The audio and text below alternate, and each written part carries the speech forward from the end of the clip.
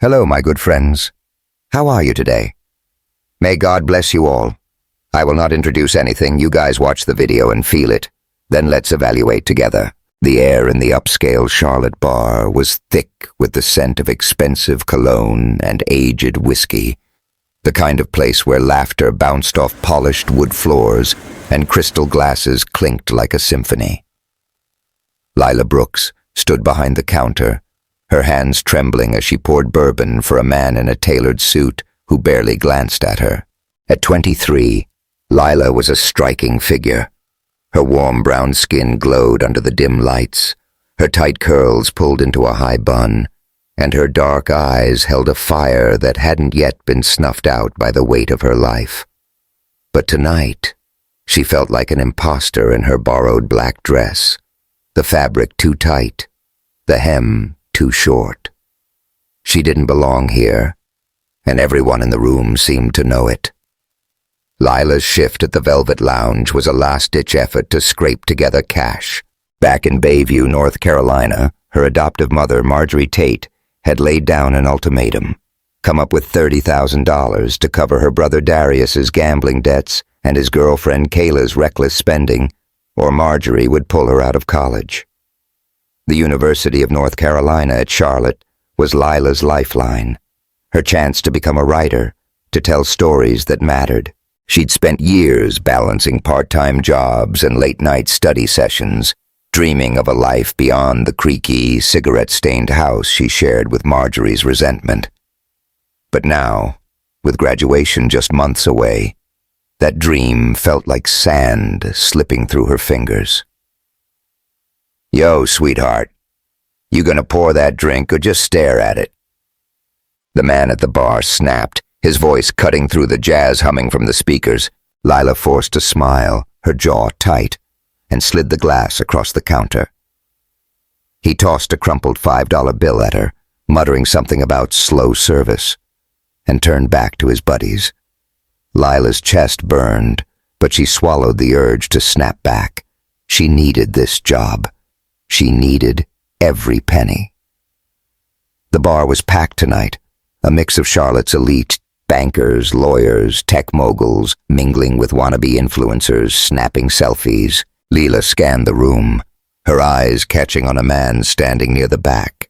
He was tall, maybe 6'2", with a presence that made people shift out of his way without him saying a word. His dark hair was cropped short, his skin a warm tan that hinted at mixed heritage, and his green eyes were sharp, like they could cut through steel. He wore a navy suit, no tie, the top button of his shirt undone, and he held a glass of whiskey like it was an afterthought. Ethan Caldwell, she had heard someone whisper earlier. CEO of Caldwell Ventures, a name that carried weight in boardrooms and bank accounts across the Carolinas. Lila didn't know why he was staring at her, but his gaze felt like a spotlight. She turned away, focusing on wiping down the counter, but her hand shook. She wasn't used to being noticed, not like this. Back in Bayview, she was just the black girl from the wrong side of town, the one who got side eyes at the grocery store or snide comments about her attitude. Here, she was invisible, or so she thought. "Lila, table 6 needs another round," her manager Tony barked from the other end of the bar. She nodded, grabbing a tray and weaving through the crowd. The noise pressed in, laughter, clinking glasses, a saxophone riff floating above it all. She was halfway to the table when a hand grabbed her arm, rough and unyielding. A guy in a flashy red blazer leered up at her, his breath sour with gin. "Hey, gorgeous, why don't you sit with us for a bit?" he slurred, his grip tightening. "Bet you'd make more tips that way." Lila froze, her heart pounding. She yanked her arm back, but he held on, his buddies chuckling like it was a game. "Let go," she said, her voice low but firm, the fire in her sparking to life. The guy laughed, pulling her closer, and the tray wobbled in her hands. "Enough!" The word cut through the noise like a blade. Ethan Caldwell was there, his voice calm but carrying a weight that silenced the table.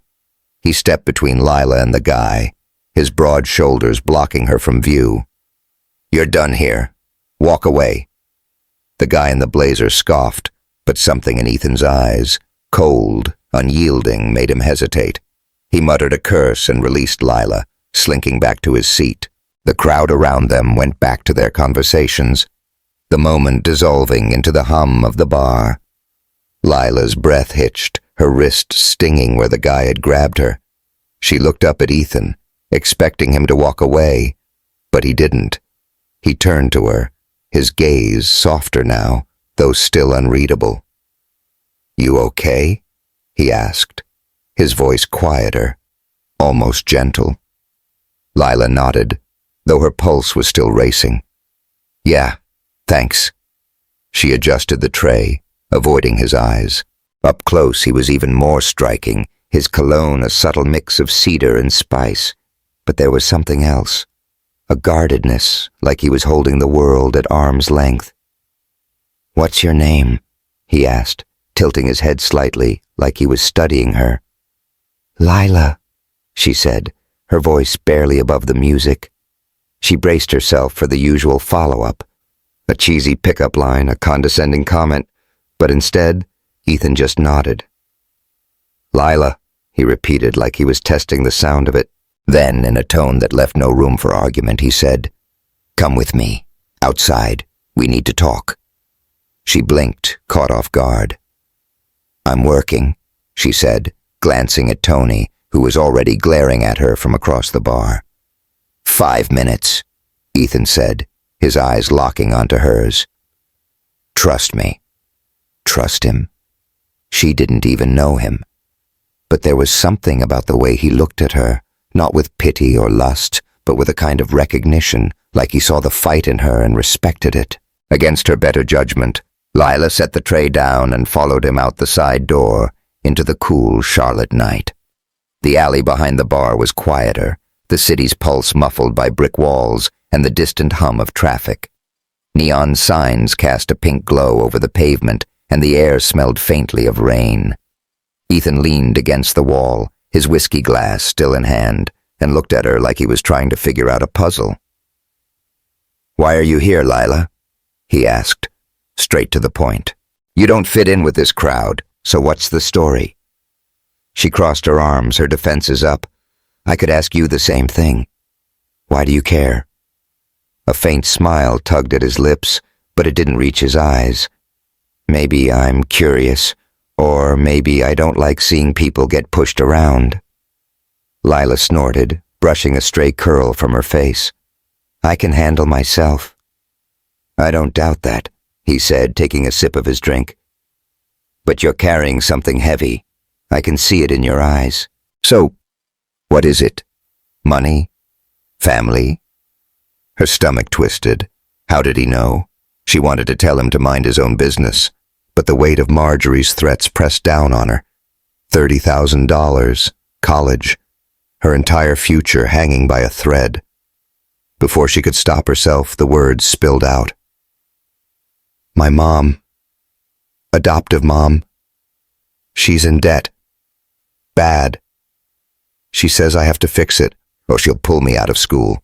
30 grand. I don't have that kind of money." Ethan didn't flinch, just listened, his expression unreadable.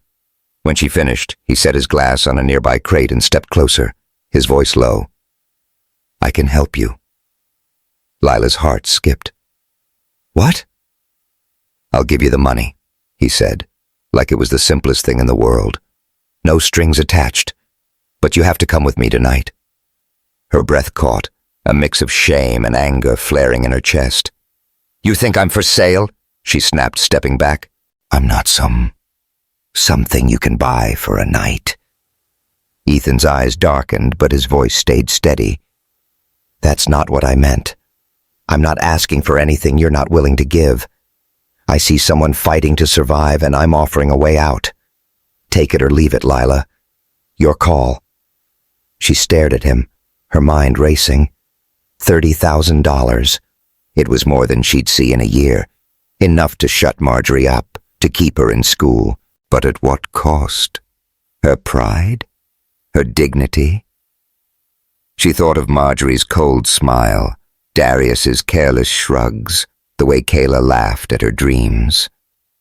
She thought of her notebook at home, filled with half-written poems, stories she'd never finish if she lost her chance at college. "Fine," she said finally, her voice trembling but resolute. "But no funny business. You give me the money and I walk away. That's it." Ethan nodded, a flicker of something, respect maybe, crossing his face. "Deal." They drove in silence, the city lights blurring past the tinted windows of Ethan's sleek black SUV. Lila stared out at the skyline, her stomach churning with nerves and guilt. What was she doing? She barely knew this man, and now she was headed to his place, gambling her future on his word. But there was no turning back. Ethan's penthouse was everything she'd expected, and nothing she could have imagined. Floor-to-ceiling windows stretched across the living room, offering a view of Charlotte's glittering towers. The furniture was all clean lines and dark leather, the air cool and faintly scented with coffee. Lila stood awkwardly near the door, her sneakers squeaking on the hardwood, while Ethan poured himself another drink from a bar cart. "Sit," he said, gesturing to a plush gray sofa. She didn't move, her arms crossed tight. "Why are you doing this?" she asked, her voice sharper than she intended. "You don't know me. Why throw around that kind of money?" Ethan leaned against the counter, swirling the whiskey in his glass. "Maybe I see something worth saving," he said, his tone casual, but his eyes intense. "Or maybe I'm just bored. You pick." She scoffed, but his words stuck with her. Saving, like she was some broken thing he could fix. She opened her mouth to argue, but he raised a hand, cutting her off. "Tell me about it," he said. "Your mom. The debt. All of it." Lila hesitated, then sank onto the sofa, the fight draining out of her. She told him everything. Marjorie's constant demands, Darius's addiction to cards, Kayla's endless shopping sprees. She told him about the university, her classes, the way writing made her feel like she could breathe. Ethan listened, his face unreadable, but his eyes softened just enough to make her keep going. When she finished, he set his glass down and walked over, sitting across from her on the coffee table. "You're stronger than they are," he said quietly. "You know that, right?" She looked away, her throat tight. "Doesn't feel like it." He leaned forward, close enough that she could feel the warmth of him. "It's true. And you don't need to do this. Any of this. Take the money, Lila. Go home, you're free." She blinked, confused. "What? You're letting me go?" Ethan smirked, a glint of amusement in his eyes. "Yeah, I changed my mind. You're not the type to play games, and I'm not in the mood to push." He stood, pulling a checkbook from a drawer and scribbling a number that made her head spin. He tore it out and handed it to her. "But mark my words, Lila Brooks. You'll come back to me. Girls like you always do." The words hit her like a challenge, a promise she didn't want to believe. She took the check, her fingers brushing his, and stood, her heart pounding. "Thanks," she said, her voice barely audible.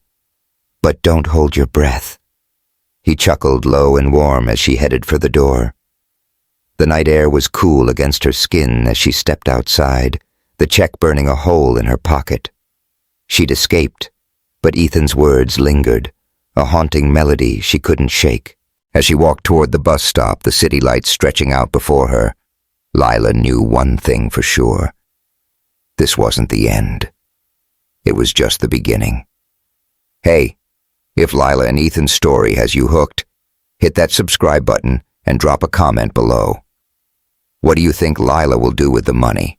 Will she see Ethan again? Let us know, and stay tuned for the next part of their journey. The bus ride back to Bayview smelled of stale coffee and diesel, the kind of scent that clung to your clothes long after you stepped off. Lila Brooks sat near the back, her fingers tracing the edges of the check in her pocket.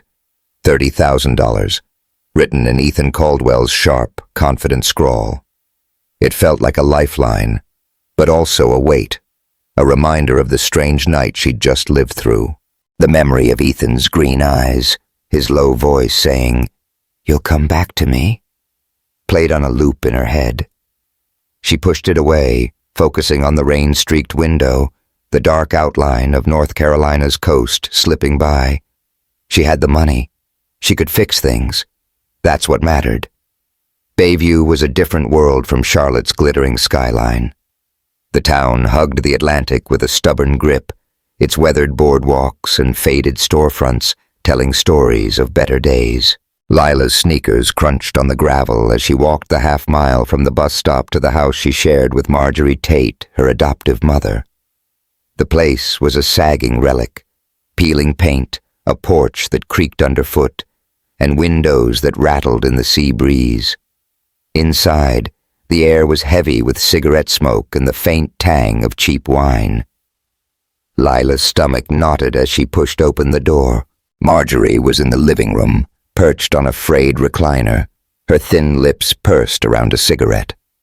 Her blonde hair was pulled into a messy bun, and her eyes, sharp as broken glass, locked onto Lila the second she stepped inside. Darius, Lila's adoptive brother, sprawled on the couch, his lanky frame taking up too much space. Kayla, his girlfriend, sat cross-legged beside him, scrolling on her phone, her nails clicking against the screen. The TV blared a reality show, but no one was watching. "Where you been, girl?" Marjorie's voice was a rasp, cutting through the room. "You look like you've been up to no good." Lila's hand tightened around the check in her pocket. "I got the money," she said, keeping her tone steady. 30 grand, like you asked." Marjorie's eyebrows shot up, but her smile was more sneer than relief. She stubbed out her cigarette in a chipped ashtray and leaned forward. "Let's see it then."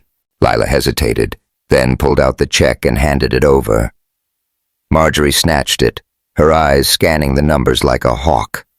For a moment, Lila thought she saw a flicker of surprise, maybe even respect. But then Marjorie laughed, a harsh, barking sound that made Lila's skin crawl. "This?" Marjorie waved the check like it was a joke. "This ain't gonna cut it, Lila. 30 grand's a drop in the bucket. You think that's gonna make Victor Kane back off?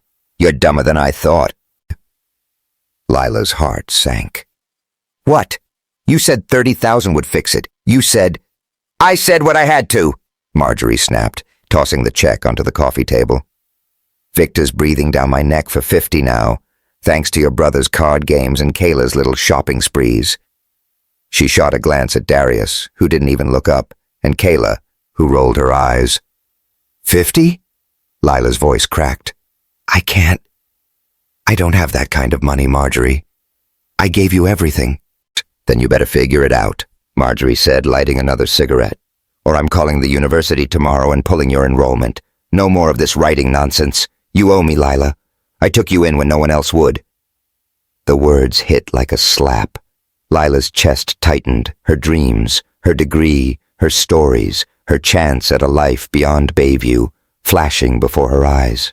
She wanted to scream, to throw the ashtray at Marjorie's smug face, but she stood frozen, her nails digging into her palms.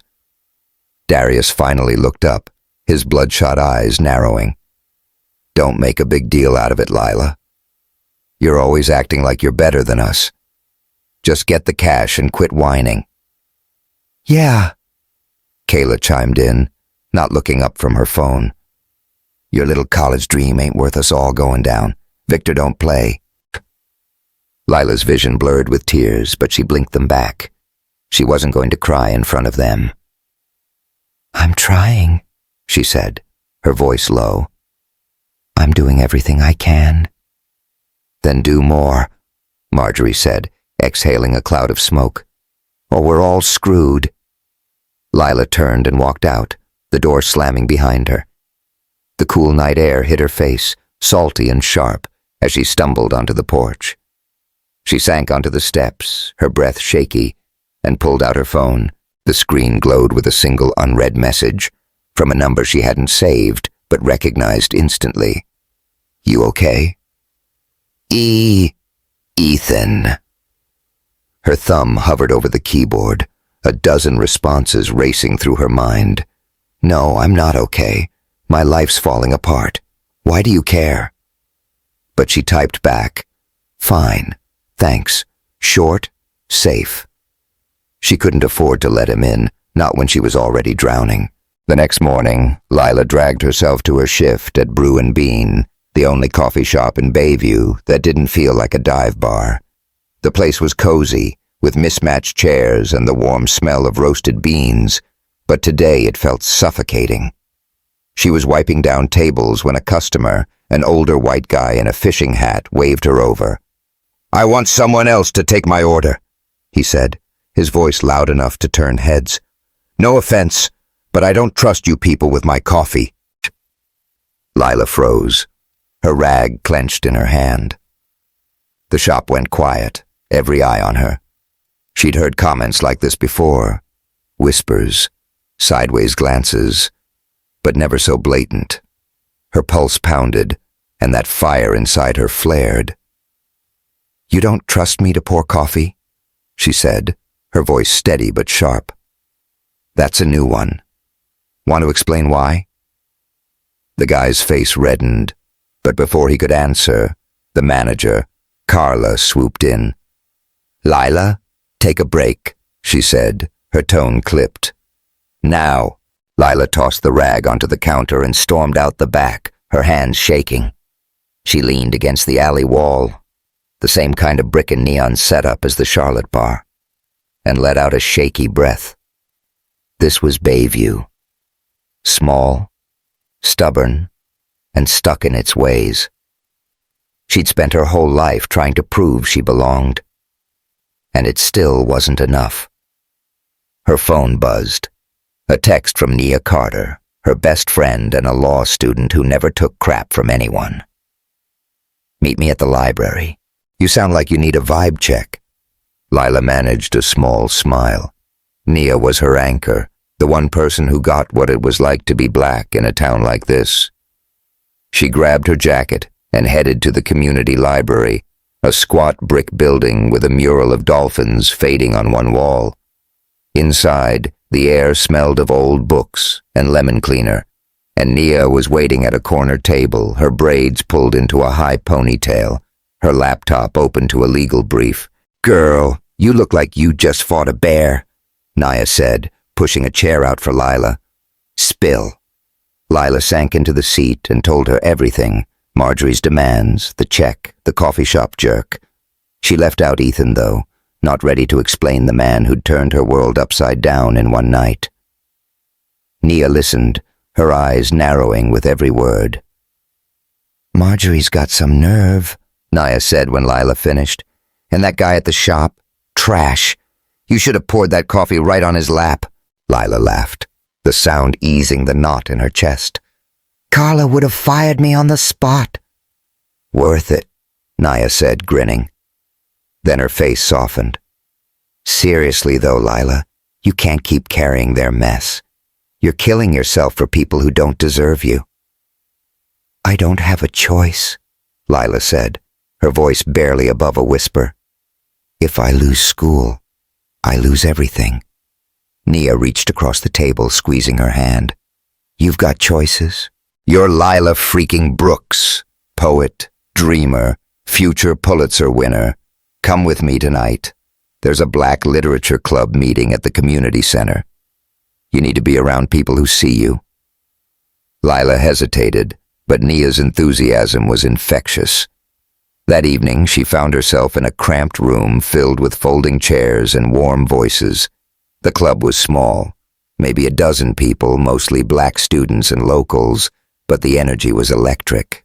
They were discussing Their Eyes Were Watching God, and when the facilitator asked for volunteers to share, Nia nudged Lila forward.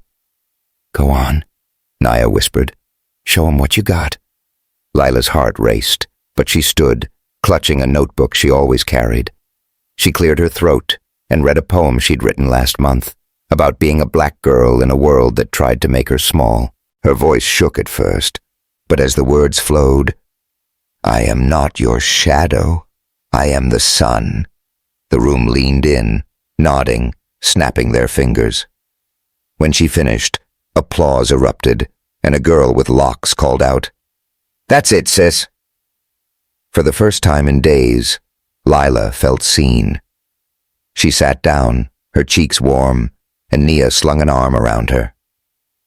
"Told you," Nia said. "You're a star." The high didn't last. That night, Lila was walking home when her phone buzzed again. Another text from Ethan. "Heard you had a rough day. Want to talk?" She frowned, wondering how he knew. But before she could respond, she heard footsteps behind her. She turned, expecting a neighbor, but it was Victor Kane. He was broader than she remembered, his bald head gleaming under a streetlight, his leather jacket creaking as he moved. His smile was all teeth, like a shark circling prey. "Lila, right?" he said, his voice smooth but cold. "Heard you're the one holding things up. That's not smart." Lila's mouth went dry. "I don't know what you're talking about," she said, stepping back. Victor chuckled, closing the distance. "Your mama owes me. Big. And I don't like waiting. You're gonna make this right or things get messy. For all of you." Her heart hammered, but she lifted her chin, channeling the fire from the poetry reading. "You don't scare me," she lied. "Back off." He laughed, low and menacing, but before he could say more, a familiar voice cut through the dark. She said, "Back off." Ethan stepped out of the shadows, his navy coat blending with the night.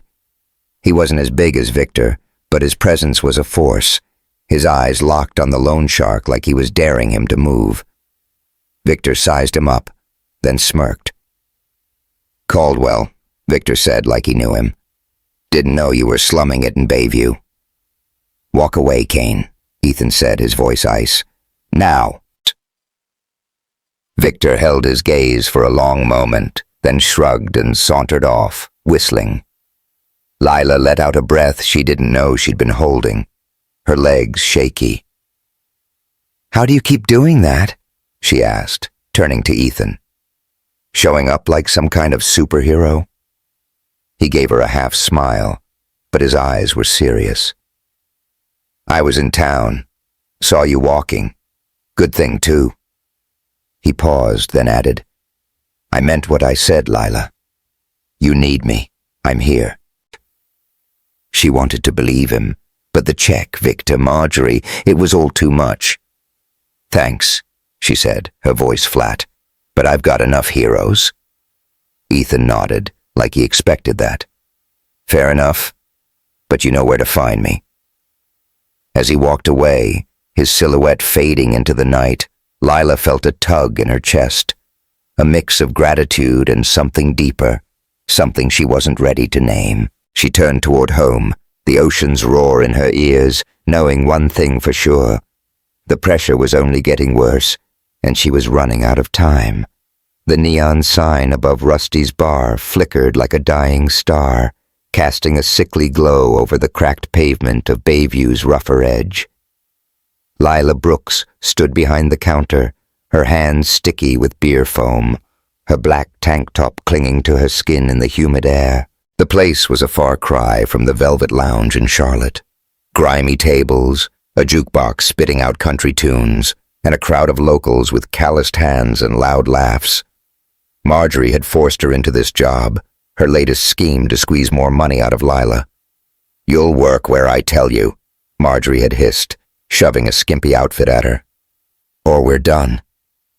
Lila's stomach churned as she poured another pint, dodging the leering grin of a guy in a trucker hat. She was used to Bayview's small-town stares, the way some folks looked at her like she didn't belong. But Rusty's was a different beast.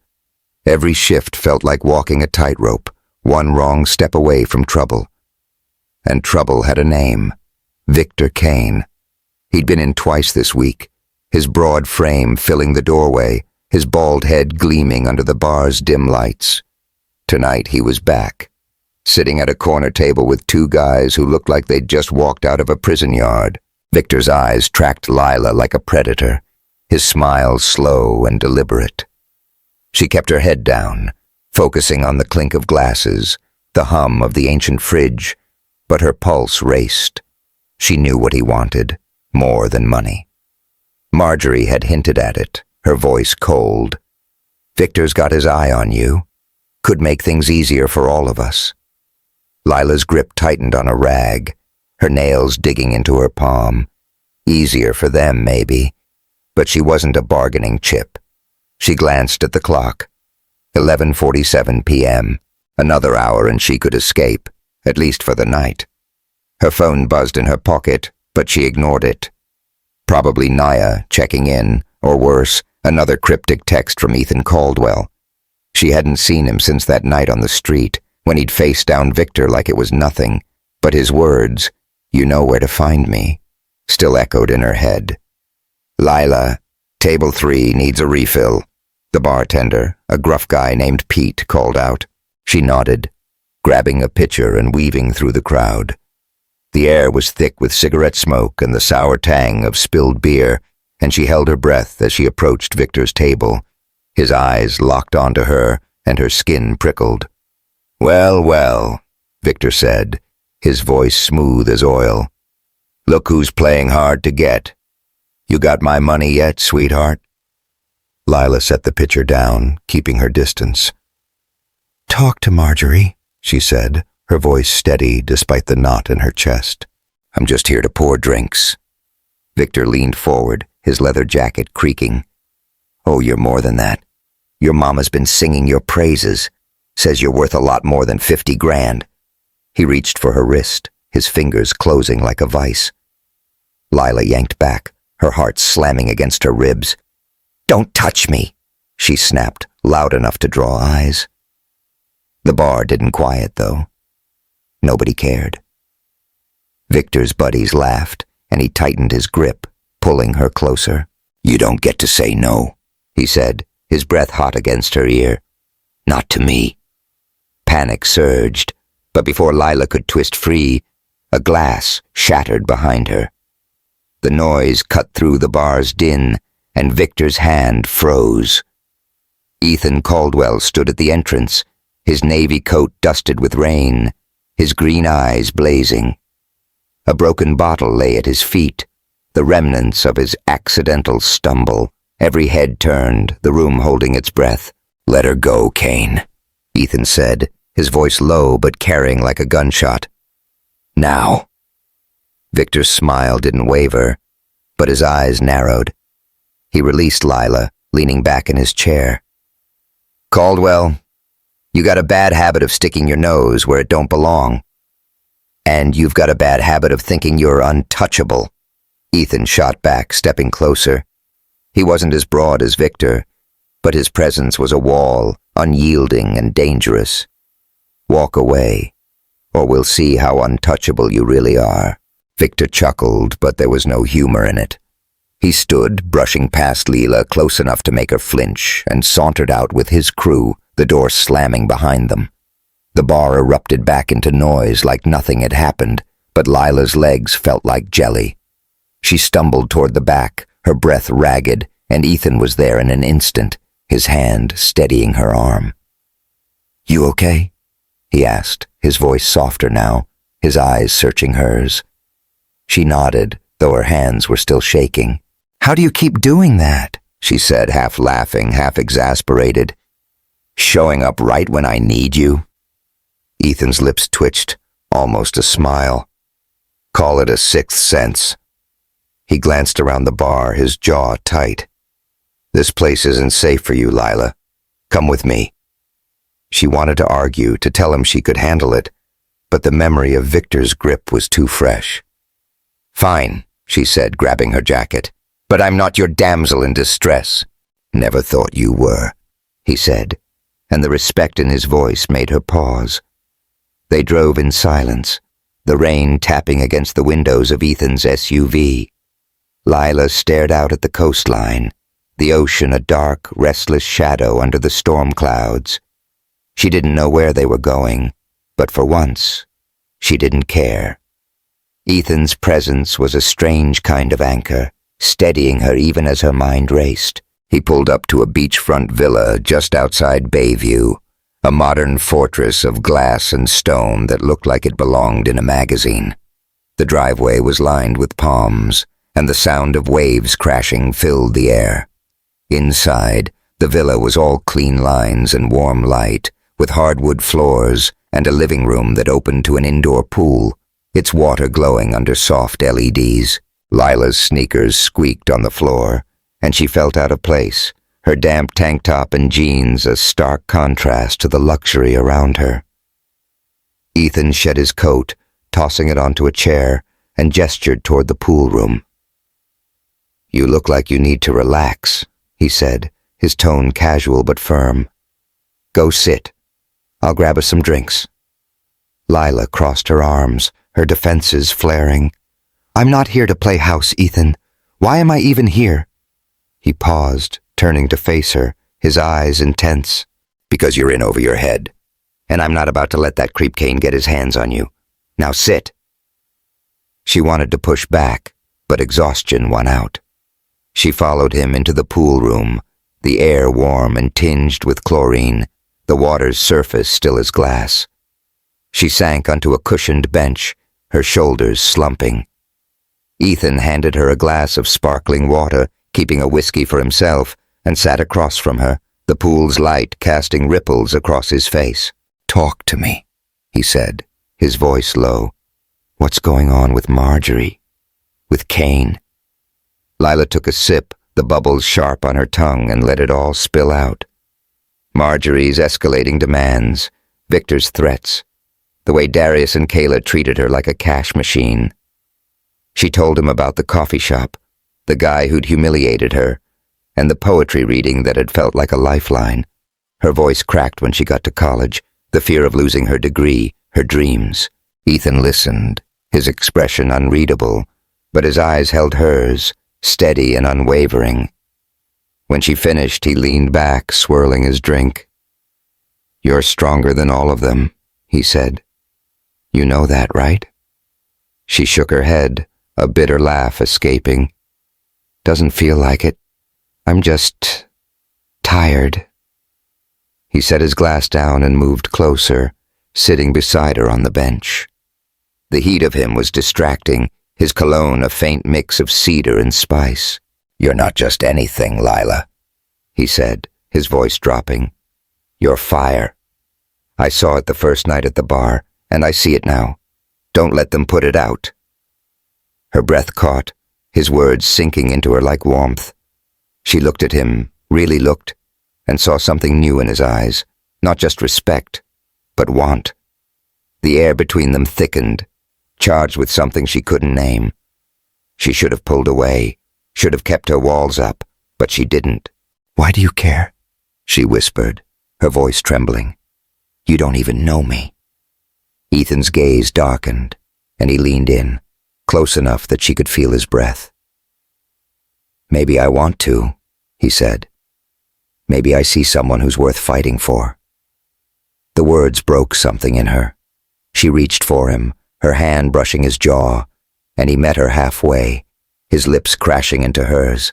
The kiss was fire, slow at first, then hungry, desperate, like they'd both been holding back too long. His hands slid to her waist, pulling her closer, and she melted into him, the world fading to nothing but the taste of whiskey on his tongue, the heat of his skin under her fingers. They stumbled toward the pool's edge, the water's glow painting their shadows on the tiles, and for a moment, Lila let herself fall. It went further than she'd planned. Her tank top hit the floor, his shirt followed, and they sank onto a lounge chair, the cushions soft beneath them. His touch was careful but urgent, his lips tracing the curve of her neck, her collarbone, the small heart-shaped birthmark just below her hairline. She shivered, her hands gripping his shoulders, and when he paused to look at her, his eyes asking for permission, she nodded, her heart pounding. The moment was raw, intense, but not just physical. It was trust, vulnerability, a connection she hadn't expected. The pool's light danced across their skin, and for the first time in years, Lila felt safe. Afterward, they lay tangled together, the sound of waves filtering through the glass walls. But doubt crept in, cold and sharp. What was this? A fling? A mistake? She sat up, pulling her knees to her chest, her voice quiet. This doesn't change anything, Ethan. I'm not some toy you can play with. He sat up too, his hand brushing her arm. You think that's what this is? He said, his voice rough. Lila, I don't do this. I don't let people in. But you're different. She wanted to believe him, but fear was louder. I need to go, she said, grabbing her clothes and dressing quickly. He didn't stop her, but his eyes followed her, heavy with something unspoken.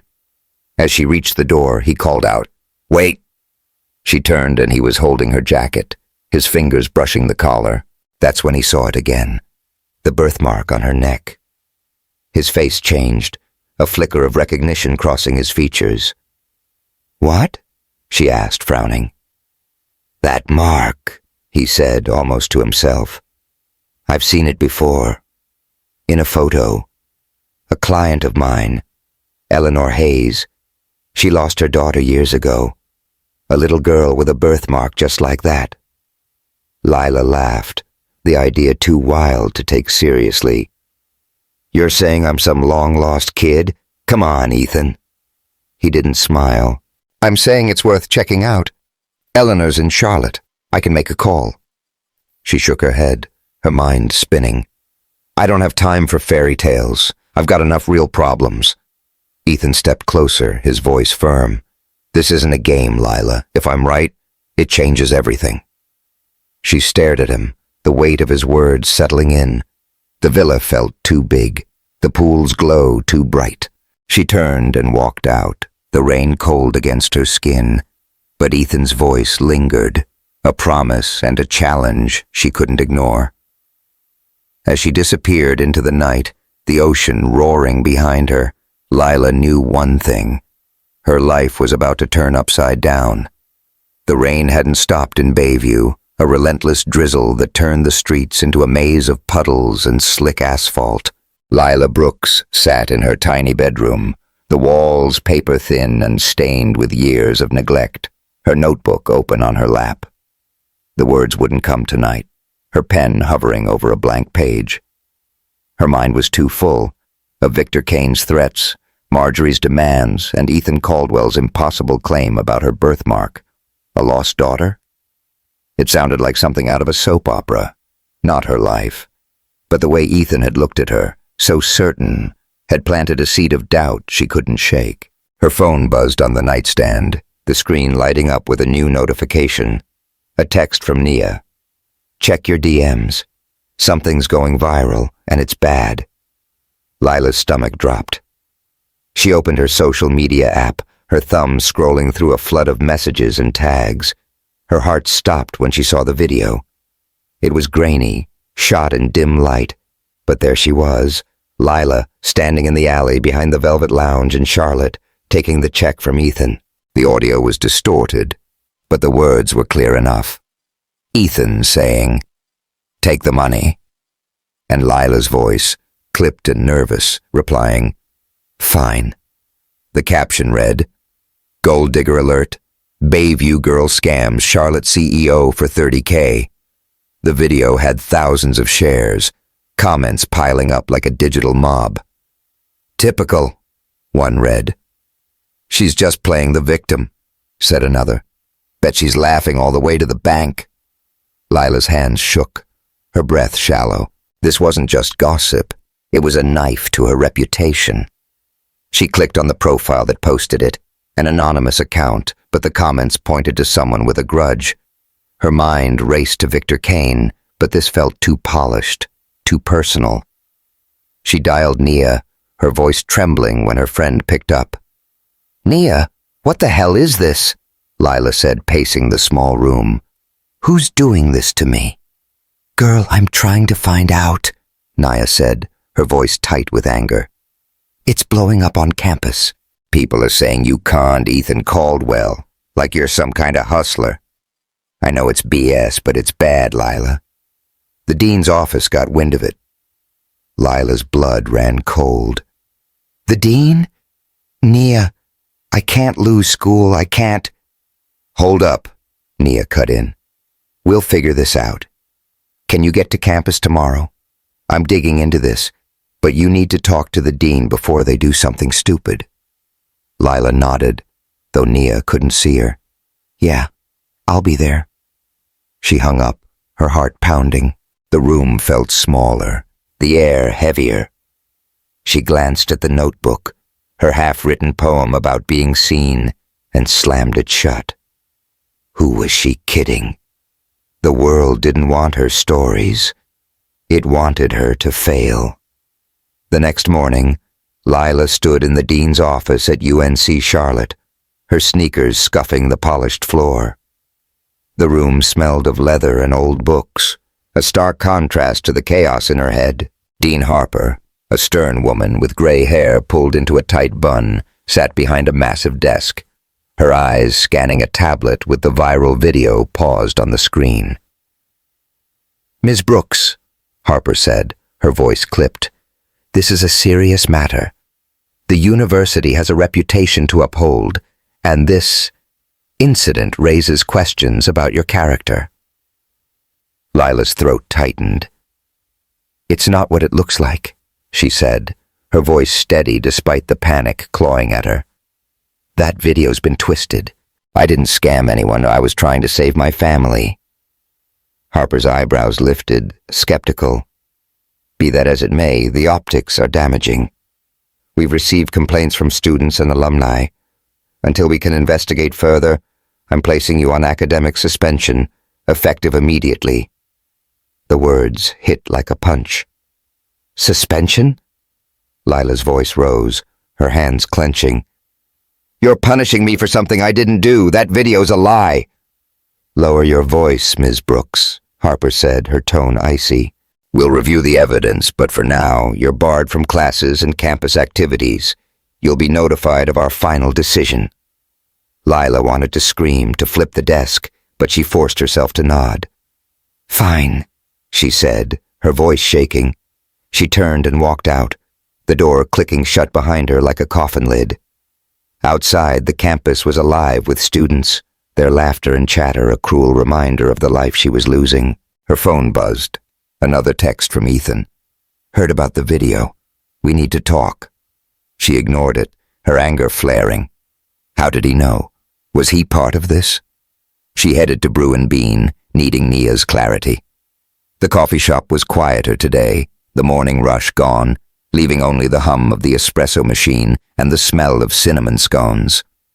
Nia was at a corner table, her laptop open, her braids swinging as she typed furiously. Lila, over here, Nia called, waving her over. Lila sank into a chair, her shoulders slumping. Okay, talk to me, Nia said. What happened with the dean? Suspended, Lila said, the word bitter on her tongue. They think I'm a con artist because of that damn video. Nia, I can't lose school. It's all I've got. Nia's eyes softened, but her voice was firm. You're not losing anything. We're gonna fight this. I've been tracking that video. It came from a burner account, but the IP traces back to Charlotte. Someone with money's behind this, and I'm betting it's not just Victor Kane. Lila frowned. You think someone else is pulling strings? Has to be, Nia said, turning her laptop to show a screenshot of a private message. I got this from a friend in the IT department. The account's linked to a law firm in Charlotte. Guess who works there? Lila's heart skipped. Who? Samantha Wells, Nia said, her voice low. Ethan's ex.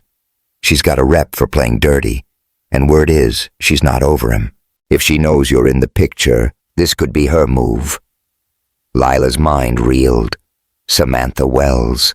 She'd heard the name once, in passing, when Ethan mentioned a complicated past. Could she be this vindictive? And if so, was Ethan involved?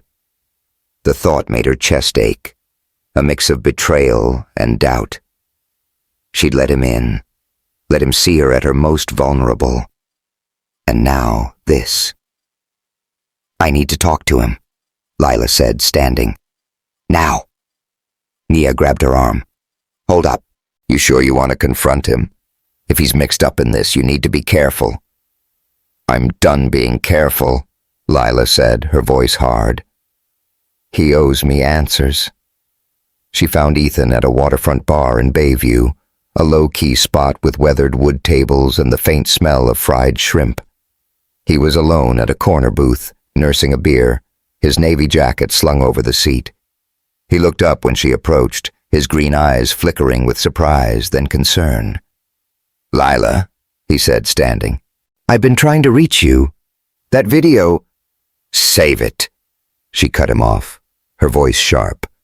She slid into the booth across from him, her hands clenched on the table. Did you know about this? The video, the suspension, all of it? Ethan's jaw tightened. No. I saw it this morning, same as you. I'm trying to track down who posted it. Really? Lila's voice dripped with sarcasm. Because it's awfully convenient, Ethan. You show up in my life, throw money at me, and now I'm the town's favorite villain. You expect me to believe you're innocent? His eyes darkened, but his voice stayed calm. You think I'd do that to you? After everything? Lila, I gave you that check to help you, not to set you up. Then why's your ex's name all over this? She snapped. Samantha Wells. She's the one behind it, isn't she? And you're telling me you had no idea? Ethan froze, his expression shifting, a flash of guilt, or maybe surprise. Samantha, he said, his voice low. How do you know about her? Nia traced the video, Lila said, leaning forward. It's linked to her firm, so either you're playing me or she's playing you. Which is it? Ethan ran a hand through his hair, his calm cracking. I didn't know, he said, his voice rough. Samantha and I ended things years ago. She's vindictive, but I didn't think she'd go this far. I'll handle it. Handle it? Lila laughed, bitter and raw. You can't handle this, Ethan. I'm suspended. My name's trashed. Everyone thinks I'm a liar and you're sitting here like it's just another Tuesday. I'm not, he said, his voice rising for the first time. You think I don't care? I put everything on the line for you, Lila. I'm digging into Victor Kane, risking my own deals to keep him off your back. And yeah, I screwed up with Samantha. But I'm not the one who hurt you. Then who did? She shouted, her voice breaking. Heads turned, but she didn't care. I trusted you, Ethan. I let you in. And now my life's falling apart. So tell me, what am I supposed to believe? He leaned across the table, his eyes locked on hers, intense and raw. Believe that I'm on your side. Believe that I see you, Lila, all of you, and I'm not walking away. But if you don't trust me, then we've got nothing. What? The words hung between them, heavy and final. Lila's chest ached, tears stinging her eyes, but she refused to let them fall. She stood, her chair scraping against the floor. I need space, she said, her voice barely audible. Don't follow me. He didn't. She walked out into the rain, the ocean's roar drowning out the noise in her head, but not the pain in her heart. Back at home, Marjorie was waiting, her face twisted with impatience. Heard you're in trouble again, she said, her voice dripping with mock pity. Victor's got a new offer. 50 grand to settle things, and all you gotta do is play nice with him. Say yes, Lila, or I'm done with you. Lila stared at her, the weight of everything, school, the video, Ethan, crushing her. No, she said, her voice firm. I'm not your pawn. Marjorie's eyes narrowed. You'll regret that. Lila turned and locked herself in her room, her hands shaking as she pulled out her notebook. She wrote, the words messy and raw, about betrayal, about fighting, about a girl who refused to break. But even as she wrote, A new fear took root. Victor wasn't done, and neither was Samantha. And Ethan, could she trust him, or was he just another lie? She didn't know, but one thing was clear. The storm was coming, and she was running out of places to hide.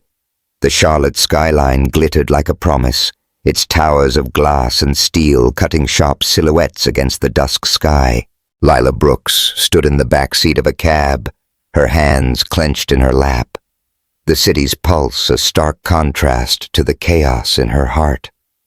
The viral video, her suspension from UNC Charlotte, Marjorie's threats, and the shadow of Victor Kane. It all pressed down on her, a weight she wasn't sure she could carry much longer. But Ethan Caldwell's voice, steady and certain, had cut through the noise. "We're going to Charlotte. If you're Eleanor Hayes' daughter, it changes everything."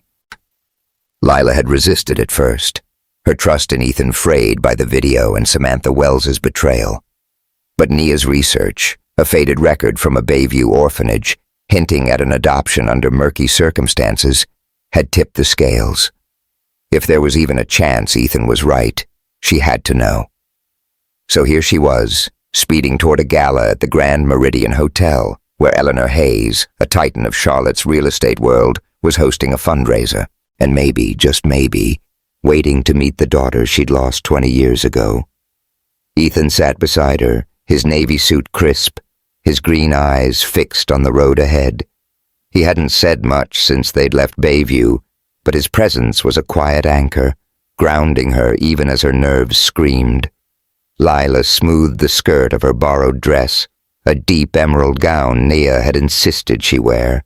It hugged her curves, the fabric soft against her brown skin, but she felt exposed, like a kid playing dress-up in a world that wasn't hers. "You okay?" Ethan asked, his voice low, breaking the silence. Lila glanced at him, her throat tight.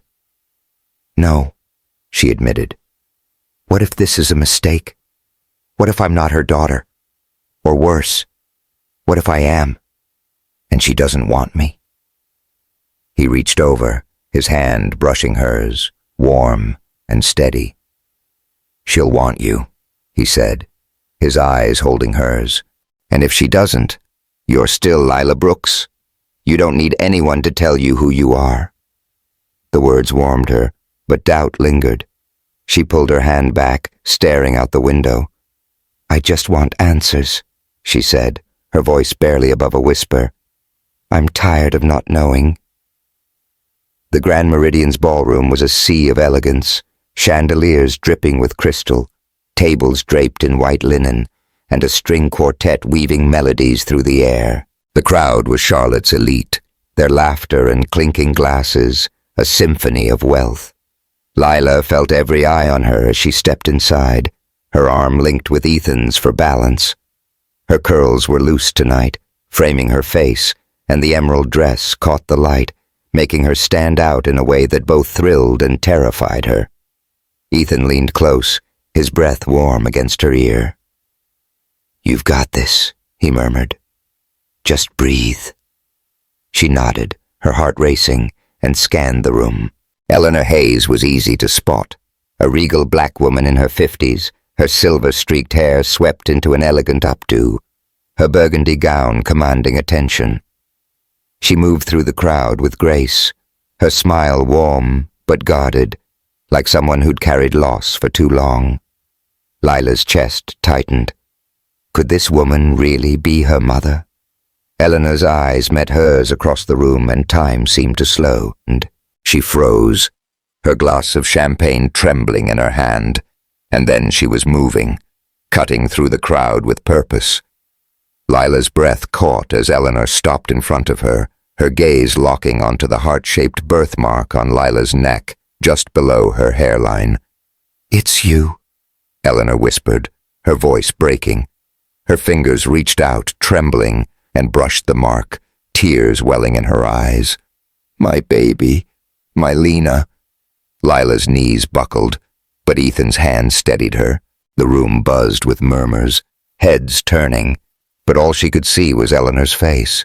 Hope, pain, and love, etched into every line. I don't understand, Lila stammered, her voice thick. How do you know? Eleanor pulled her into a tight embrace, her perfume a soft mix of jasmine and vanilla. I'd know you anywhere, she said, her voice muffled against Lila's shoulder. You were 3 when you were taken. I never stopped looking. The crowd parted as Eleanor led Lila and Ethan to a table at the front, where a small jade box sat, its surface carved with intricate vines. This was your father's, Eleanor said, her voice steadying. A family heirloom. Only a haze can open it. With a fingerprint. She looked at Lila, her eyes pleading. Try it. Lila's pulse raced, her hands shaking as she reached for the box. This was it. The proof, the truth. But before she could touch it, a sharp voice sliced through the room. This is a lie. Samantha Wells stepped forward, her blonde hair gleaming under the chandeliers, her red dress clinging to her like armor. Her blue eyes flashed with malice, and the crowd gasped, leaning in. Lila Brooks is no haze, Samantha declared, her voice ringing out. She's a fraud, a nobody from Bayview trying to scam her way into your fortune. Lila's stomach dropped, the room spinning. Ethan tensed beside her, his hand on her arm, but Samantha wasn't done. She gestured to the back, and Marjorie Tate shuffled in, her face a mix of greed and defiance, clutching a crumpled folder. I raised her, Marjorie said, her voice shrill. She's my girl, not yours, Eleanor. She's after your money, just like she conned Caldwell. Samantha smirked, tossing the folder onto the table. Papers spilled out, and she held one up. A DNA test, dated last week. This proves it, she said. Lila's not related to you, Eleanor. She's been lying this whole time. The crowd erupted in whispers, and Eleanor's face paled as she scanned the papers. This can't be right, she murmured, doubt creeping into her eyes. Lila's heart sank, tears stinging her cheeks. She looked at Ethan, panic rising, but he was already moving, his phone in hand. Samantha pressed her advantage, turning to Marjorie. Tell them about her past, she said. The real Lila. Marjorie nodded eagerly, her words tumbling out. When she was a kid, she was trouble. Pushed a little girl into a well back in Bayview. That was your daughter, Eleanor. Lila took her place, faked that birthmark to trick you. The accusation landed like a bomb, and Lila stumbled back, her voice breaking. That's not true, she cried. I never did that. I don't even remember my childhood before Marjorie. Samantha laughed, sharp and cruel. Convenient story. You're caught, Lila. Give it up. The room spun, voices rising in confusion. Eleanor clutched the table, her gaze darting between Lila and Marjorie. Is this real? She asked, her voice fragile. Lila shook her head, tears streaming down her face. I swear I didn't, she said. I don't know who I am, but I'm not a liar. The crowd shifted, some nodding with Samantha, others looking to Eleanor for a sign. Lila felt their stares, her hope crumbling, until Ethan stepped forward, his voice cutting through the chaos like a blade. Enough, he said, his tone cold and commanding. He held up his phone, a video paused on the screen. Samantha, you should have covered your tracks better. He pressed play, and footage from a security camera filled the room, projected onto a wall. It showed Samantha in a dingy office, handing cash to a man in a lab coat. The man's voice crackled through. Fake DNA's easy if the price is right. The crowd gasped, and Samantha's face drained of color. Ethan stopped the video, turning to her. You paid a lab tech to forge that test. We traced the money. It's over. Samantha stammered, her confidence cracking. That's not real. You faked it. Ethan didn't flinch. He pulled out a folder, stamped with a lab seal, and handed it to Eleanor. This is the real DNA test, he said. Done by my people. No tampering. Lila is your daughter, Eleanor. The birthmark's natural, confirmed by a dermatologist. Eleanor opened the folder, her hands trembling as she read. Her eyes lifted to Lila, wide with relief. "It's true," she whispered, pulling Lila close again. "You're mine." Marjorie lunged forward, desperate. "She's still my girl! I raised her!" she snapped, but Ethan stepped between them, his voice icy. "You sold her for 50 grand, he said. "You're done here." He nodded to security, who escorted Marjorie out, her shouts fading into the hall. Samantha tried to slip away, but Ethan's guards blocked her path. "Your family's finished," he told her, his tone final. "Caldwell Ventures cuts all ties with the Wells. Anyone who works with you answers to me." Samantha glared, defeated, and stormed out, the crowd parting around her. Eleanor turned to Lila, tears streaming down her face. "I almost lost you again," she said, her voice thick. She picked up the jade box, placing it in Lila's hands. "Try it. Prove it to them all." Lila hesitated, her fingers brushing the cool surface. The room watched, breath held, as she pressed her thumb to the lock. Nothing happened at first, and her heart sank. Samantha's laugh echoed from the doorway, but Eleanor grabbed her hand, guiding it to a second spot. "Your father used your right thumb," she said softly. Lila tried again, and the box clicked open, revealing a jade pendant inside. The crowd erupted in applause, drowning out Samantha's fading protests. Eleanor lifted the pendant, slipping it around Lila's neck. "This is yours," she said, her voice ringing clear. "You're a haze now and always." Lila touched the pendant, her eyes meeting Ethan's. He smiled, a rare warmth breaking through his usual reserve, and her heart swelled. The gala resumed, music swelling, but Lila barely heard it. She'd found her mother, her truth. But there was still Ethan, and the ache in her chest that hadn't healed. Later, as the crowd thinned, Ethan found her by a balcony overlooking a lake, the water shimmering under the moonlight. The air was cool, scented with magnolias, and Lila's dress rustled as she turned to him. "I'm sorry," she said, her voice soft. "For doubting you. I was scared." Ethan stepped closer, his hand brushing her cheek. "I get it," he said. "I've been scared too. But Lila, I meant what I said in Bayview. I see you, all of you, and I'm not going anywhere." She looked up at him, her eyes searching his. "Why me?" she asked. "You could have anyone. Why fight for me?" He smiled, his thumb tracing her jaw. "Because you're fire," he said. "Because you walked into my world and turned it upside down. I love you, Lila, from that first night, and I'm done pretending I don't." The words hit her like a wave, warm and overwhelming. She stepped into him, her lips finding his, and the kiss was slow, deep, a promise sealed under the stars. His hand slid to her waist, pulling her close, and for the first time, Lila felt like she belonged, not just to a family, but to him.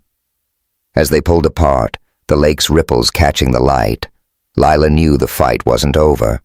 Victor Kane was still out there, and Marjorie's greed wouldn't fade quietly.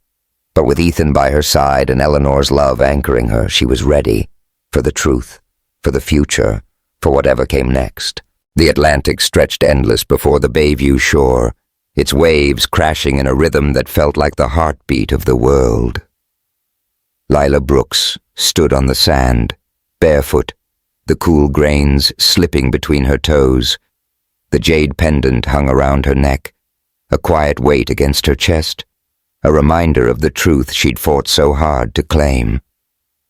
Just weeks ago, she'd been a girl drowning in Marjorie Tate's demands, her dreams of writing and a life beyond Bayview slipping away. Now, she was Lila Hayes, daughter of Eleanor Hayes, a woman with a legacy waiting for her to step into. But here, with the salt air brushing her skin and the sunset painting the sky in hues of peach and gold, she felt something simpler. Herself, whole at last. Ethan Caldwell stood beside her, his usual suit traded for a soft gray sweater and jeans, the ocean breeze ruffling his dark hair. He'd been her rock through every storm, Victor Kane's threats, Samantha Wells's schemes, the viral video that nearly broke her. Now, in this quiet moment, Lila saw him differently, not just as the man who'd saved her, but as the one who'd chosen her, flaws and all. His green eyes caught the fading light, and when he looked at her, her heart steadied, like it always did.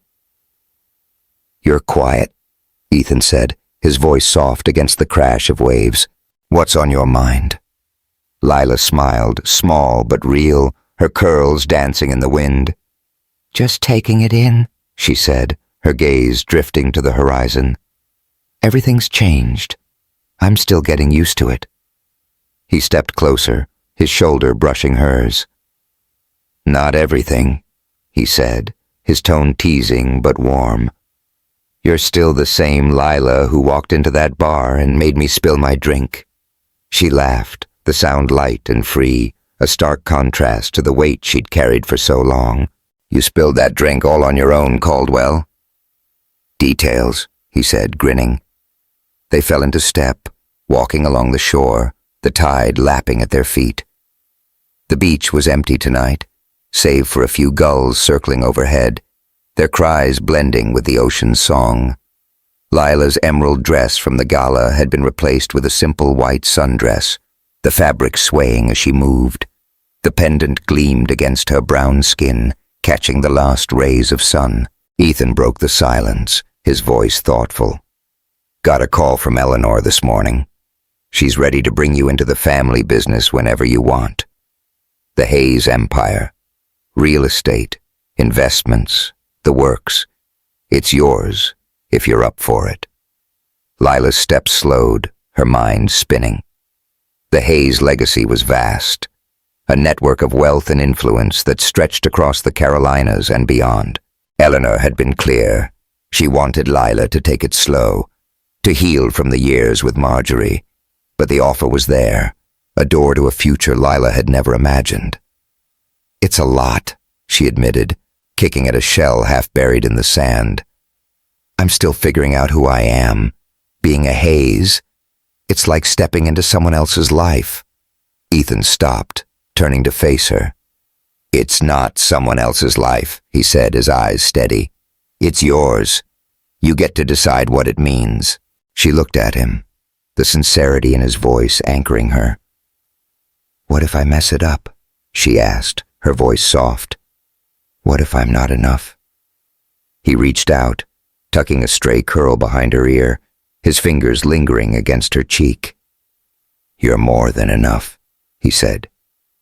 "You always have been."